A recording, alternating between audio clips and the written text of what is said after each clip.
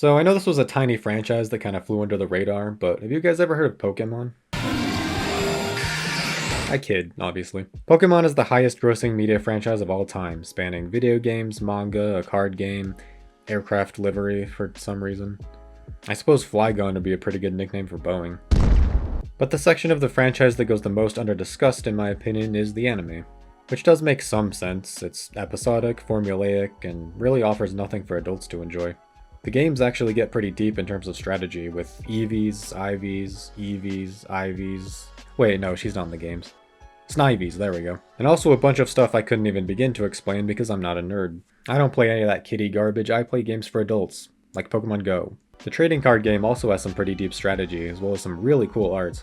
And the manga has zombie Pokemon getting melted by acid? What the f? The anime, on the other hand, was aimed at a slightly younger demographic than even the games were, at least starting out. And I'm sure most Pokemon fans, if not most people in general, have at least one memory of watching it as a kid. Personally, I didn't grow up in the 4Kids era of Pokemon. The series that I grew up watching were Black and White and XY, so I got a taste of the series at its worst and its best. On one hand, I had to see Ash's Pikachu lose to a level 5 Snivy, but on the other hand, I got to see Ash Greninja, the best evil team arc in the series, became a filthy Amore shipper, and enjoyed the more mature art style and 3D camera movements. So yeah, I'd say the experience had more pros than cons. But after I finished XY, I became curious about how the series started, so I watched through the entirety of the Indigo League and Orange Islands arcs through, completely legitimate means, and I really enjoyed them. But the Pokemon franchise didn't start with the anime. It started with the unconventional idea of one man who was determined to see it made. Pokemon was the brainchild of one Satoshi Tajiri, a Japanese game developer who grew up in Machida, a rural Tokyo suburb. He grew up exploring forests and collecting insects, and when he was a teenager he created the self-published magazine Game Freak with his friend Ken Sugimori. A massive fan of arcade games, Tajiri's magazine focused on strategies and Easter eggs in video games. It was one of the first gaming magazines in Japan, and it was a massive success. In 1989, the duo turned Game Freak into a game development company, and pitched an idea to Nintendo. Due in part to a post-war economic boom in Japan, Tajiri's hometown of Machida had changed. The forests he grew up in were largely gone, replaced by office space and shops. Wanting to bring his old hobby of insect collecting to a new generation of children growing up in this urban nightmare, the pitched game would involve players collecting monsters and battling with them. It was a bit of an out there concept, and Nintendo initially rejected it. But Shigeru Miyamoto liked the utilization of the Game Boy's link cable to trade Pokemon, so he greenlit the project. Over the next 6 years, Tajiri worked alongside Miyamoto to create Pocket Monsters. The development of this game was littered with issues. Reportedly, 6 employees left at the same time, and Tajiri even chose not to take a salary, instead relying on his father's income. The game's progress stalled, and it was worked on in the background as Game Freak developed other titles for the next 6 years. In Pokemon Red and Green, you take the role of a 10-year-old kid tasked with collecting creatures and battling— Why am I explaining this? Do I think all my viewers live in North Korea? The two games were developed for the Game Boy, which was a bit of an odd choice. The console was 7 years old by this point, and largely considered to be at the end of its life cycle. Most developers were losing interest in creating games for the thing. But on the other hand, the user base was large, Game Boys were still being produced and sold, and the age of the console made it affordable, especially to children. In February of 1996, the games were released to immediate, lackluster sales, due to the aforementioned age of the console, the game being a little high concept, and the fact that they missed the 1995 holiday season. Nintendo had low expectations for the game, and it was largely ignored by the Japanese media. But the game slowly caught on, and over a year later, it finally reached the top spot in weekly sales. Around this time, an American executive by the name of Alfred Kahn visited Japan on a business trip. Kahn was the CEO of a little company called 4Kids, which had done some licensing work with Nintendo. While there, he noticed that a large number of children were all playing the same game, Pocket Monsters. Believing in the franchise's potential in American markets, he bought the localization rights to the anime adaptation of Pokemon, despite Nintendo of Japan's skepticism that the series would be popular in America. Feeling that the name Pocket Monsters was too generic, he shortened the title to simply Pokemon. With the help of some other people who also saw potential in the series, like Norman Grossfield, the president of 4Kids, and Minoru Arakawa, founder and president of Nintendo of America, Kahn pitched the anime to American networks. However, just like Nintendo of Japan before them, American networks were also unconvinced that this unusual concept would see any success, and none of them agreed to air the show. Undeterred by this, Kahn decided to finance the anime himself, which put 4Kids at risk of shutting down should the anime fail. In the absence of a network, Con instead offered the show to local broadcasting stations for free, in exchange for a portion of the ad revenue. This did finally manage to convince some local stations, although even these were a little hesitant, due to the fact that Japanese-produced cartoons had never seen much success in the US. Because of this hesitancy, most stations aired the show at 6 AM, which is hardly an ideal time to show anything. But even with every single factor working against the show, and only a handful of people believing in it, a miracle happened. The show became a massive success. Kids were waking up early to watch it. More children were glued to the TV in the morning than they were after school. By the end of 1998, Pokémon was the highest-rated children's show in America. Suddenly, the networks that initially dismissed the anime were now starting to take interest, resulting in a heated bidding war between Warner Brothers and Fox. At this point, I wouldn't have blamed Con if he folded his arms and smugly said, "I told you so," but apparently he's a better person than me because he sold the show to Warner Brothers, the victor of the bidding war. By early 1999, Pokemania had absolutely exploded. The debut episode of the anime became the most watched premiere in Kids WB history. Pokemon Red and Blue, which released 3 weeks after the anime debuted, sold 200,000 copies in its first month. By March of 1999, 760 million Pokemon cards had been shipped, and this number grew to 4.2 billion in the following 12 months. This is not to say that Con is above criticism. He got some heat in 2006 for complaining that kids these days don't read anymore, which is a bit hypocritical coming from the CEO of a television company. His insistence on Americanizing the anime irritated a lot of people, and he conveniently retired in 2011 at the height of 4Kids' legal troubles, leaving someone else to deal with all the mess. But both he and his company were absolutely instrumental in the success of Pokemon overseas, and without the influence of 4Kids, it's doubtful that anyone in America today would even know what a Pikachu is. And there were also a bunch of good things that he and 4Kids did with the show. No, tell us the good things. What were the good things? Right, okay, I'm getting to that. Firstly, the original music that 4Kids made for the show was absolutely phenomenal. Obviously there's a theme song, which you have every line of memorized, don't even try to tell me I'm wrong. The song was written by John Siegler and John Leffler of Rave Music, and performed by singer Jason Page. Page even performed a parody of the song in 2012 in support of Ron Paul, who's still alive, apparently, who was then a Republican candidate for the presidential election. They kept interest rates especially low with Freddie Mac and Fannie Mae, and there was a line of credit there, and it was a guarantee. Matter of fact, Remember when politics was boring? Yeah, I miss that. An extended version of the theme song appeared on the 2BA Master CD, an album of original music made for the English localization of the show, and it's all pretty great. Viridian City is a banger, Pikachu's Goodbye is fantastic, Misty's song doesn't fit Misty's character at all, but it's a great song. 4Kids also produced a Christmas album with the English voice cast, with a mix of both covers and original songs. I think this one is just okay, with the notable exception of I Keep My Home in My Heart, which is way better than it has any right to be. But the music in the show wasn't just made up of the American compositions. 4Kids actually kept most of the Japanese music composed by Shinji Miyazaki completely intact, which was a great decision that I really wish the anime had stuck with past the 4Kids era, because the Japanese music is consistently amazing. My favorite is Tears After the Cloudy Weather. It's just gorgeous and elevates every scene that it's in.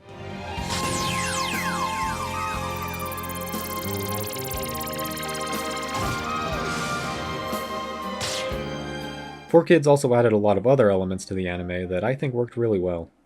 The greater emphasis on comedy was a good choice, considering the target demographic, and the writing for that was actually pretty decent, considering a ton of the jokes are now iconic. Hey, I know! I'll use my trusty frying pan as a drying pan! For whatever reason, 4Kids also decided to accentuate the romance between Ash and Misty. This element wasn't completely manufactured by 4Kids like some people have claimed. It was present in the Japanese version, but 4Kids definitely leaned into it a lot more. The fan name for this ship is Pokéshipping, and I entirely credit 4Kids for the longevity of this ship, with multiple communities active even today. 4Kids also oversaw the localization of the first Pokemon movie, which was a huge success in America. I mean, unless you count critically. Woof. But it did top the box office in its opening weekend, and made $10 million in home video sales. For a while, it was the highest grossing video game film of all time, and it still sits in the top 20 today.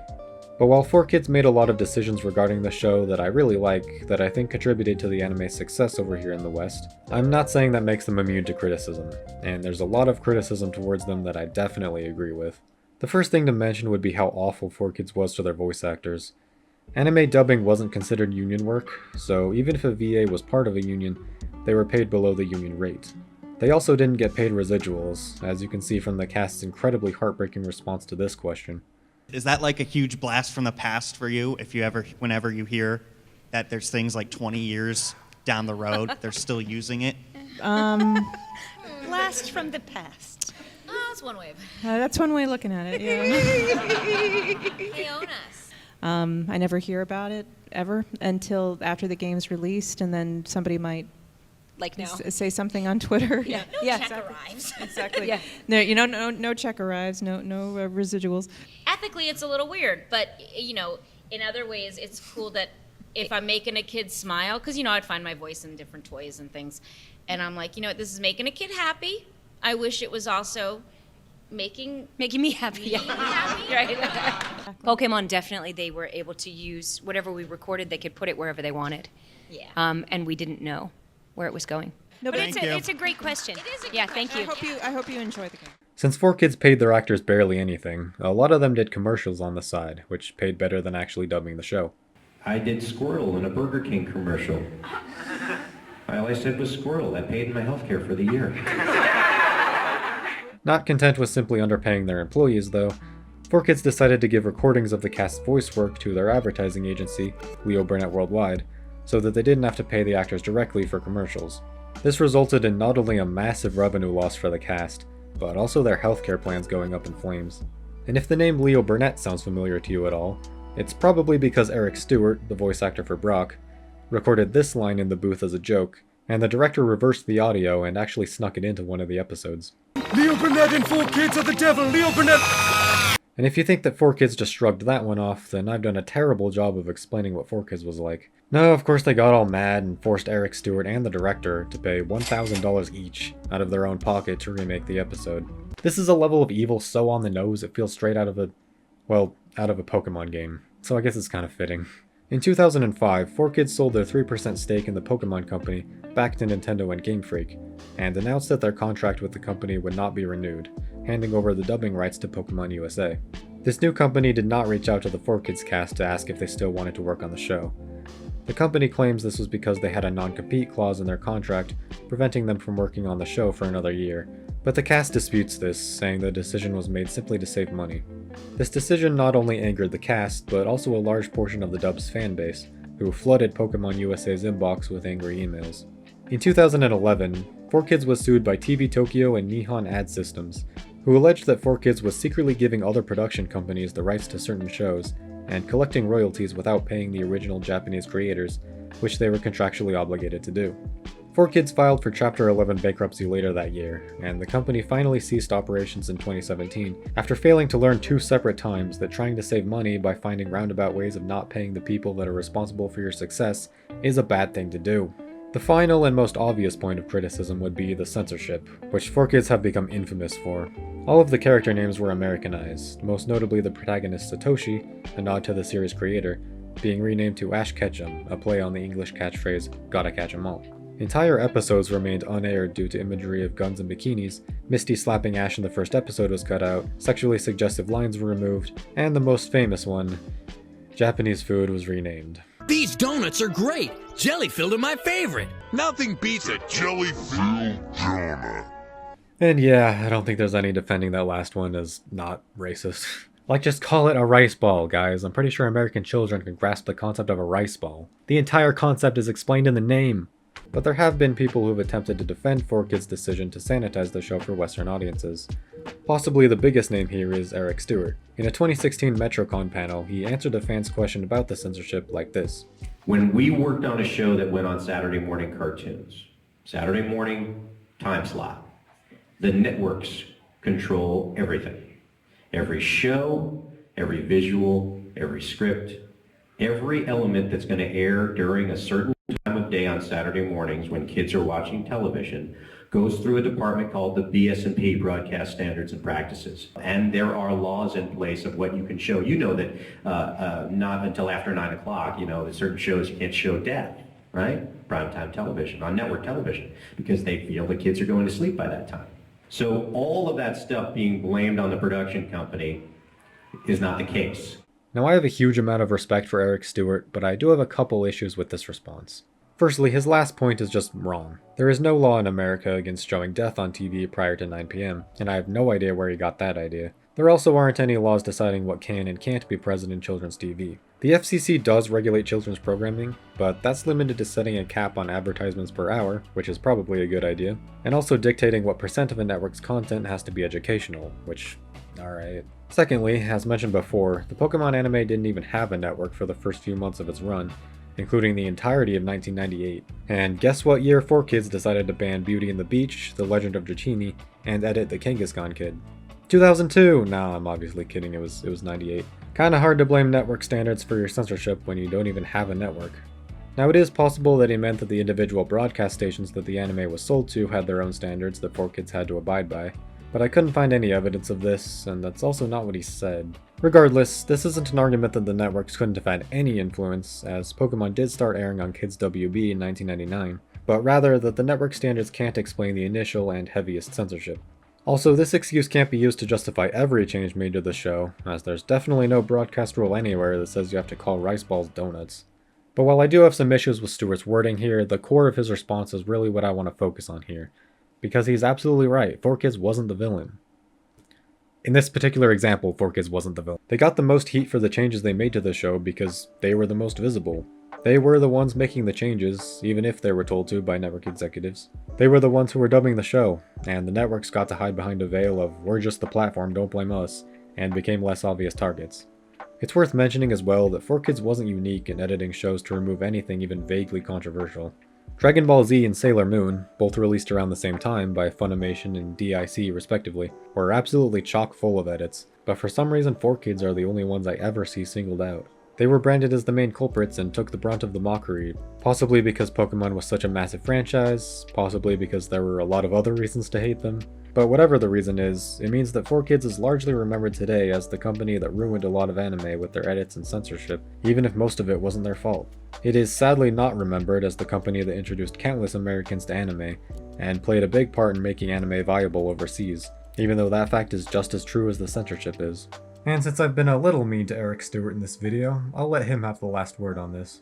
But the other thing is, by being able to be on network television, you have things like this.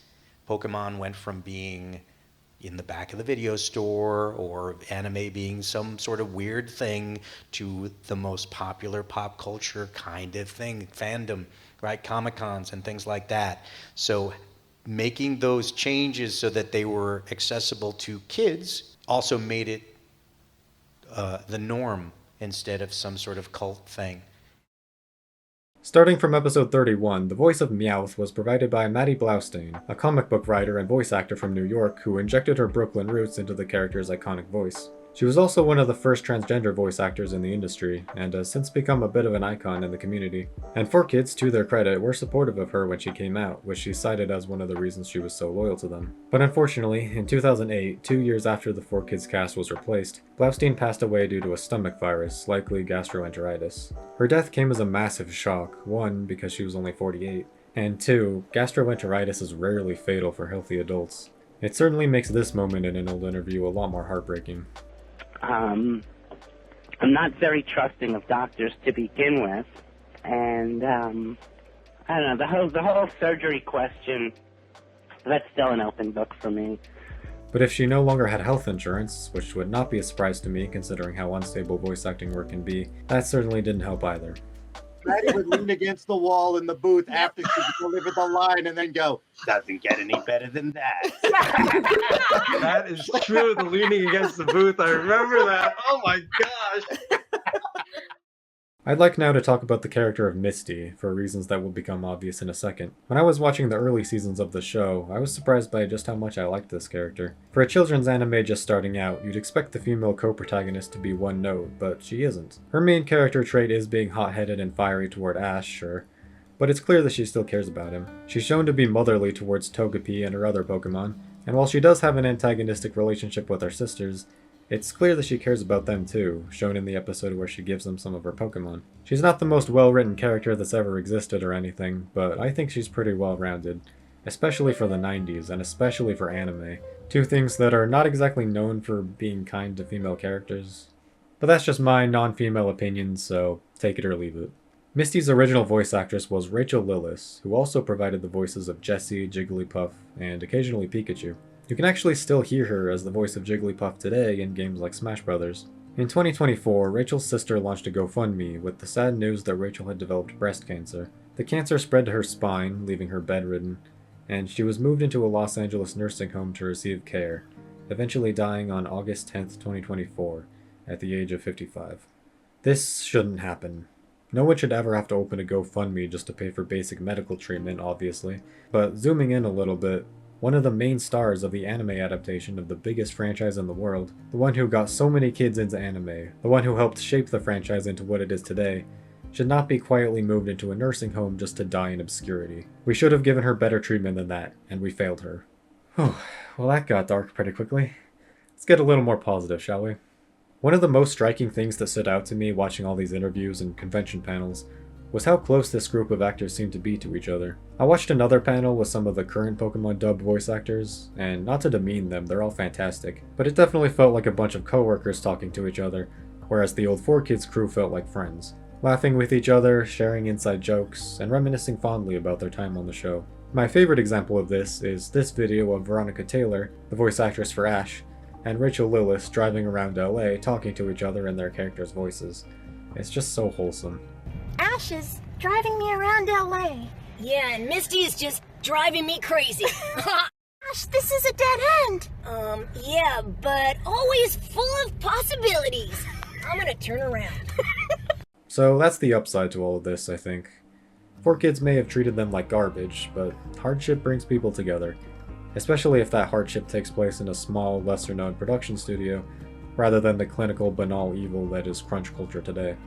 So yeah, I definitely recommend giving the first series a rewatch, or even your first watch if you've never seen it but are interested. I think a lot of people assume that the good memories people have of the show are due to nostalgia, but I have zero nostalgia for the Indigo League, and I still enjoyed it quite a bit. So yeah, I recommend it. I think it holds up. Just don't watch the Jinx Christmas episode, it's terrible. If I had to sum up my feelings towards 4Kids, I'd say that I respect them a lot, but I'm also very glad they're dead. So I guess what I'm saying is that they're the production company equivalent of Thomas Jefferson. Yeah, that'll work as the closing joke.